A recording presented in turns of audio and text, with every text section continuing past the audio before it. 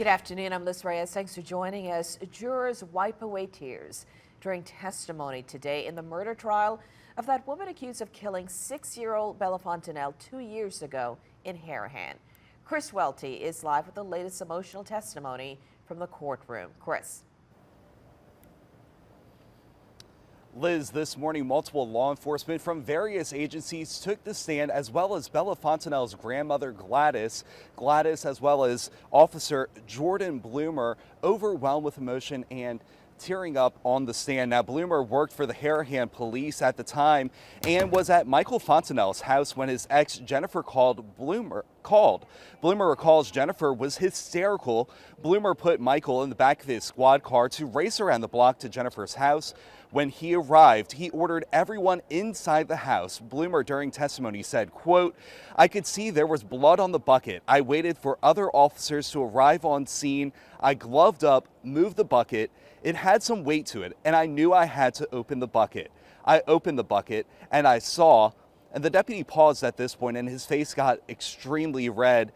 He went on to say, "I seen a little girl. She was deceased. I contacted emergency services and contacted the coroner."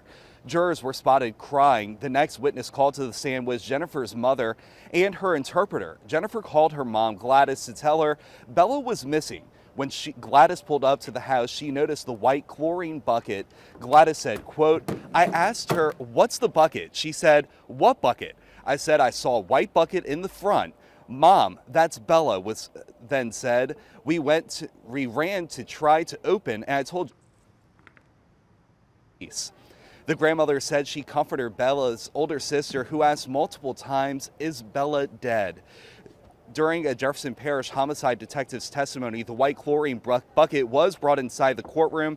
The jury was shown multiple photos of the bucket smeared with blood, as well as other crime scene photos, including blood-stained towels put in Michael Fontanelle's washing machine.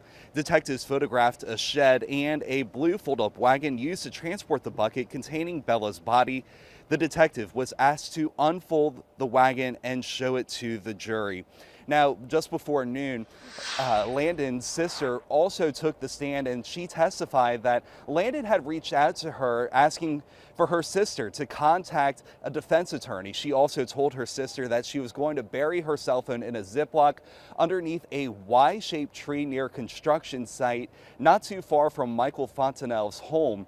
And her sister also shared details of their childhood and the abuse that was given to them by not only their father but their mother as well. So she dove very much so into their childhood and the struggles that not only they face but their other siblings as well. Now, it's unclear how many witnesses will be called to the stand today, but we're also told that Bella's teachers will be taking the stand as well at some point throughout this trial. If found guilty of first-degree murder, Landon faces life in prison. Reporting live in Gretna, Chris Welty, Fox 8 Local First.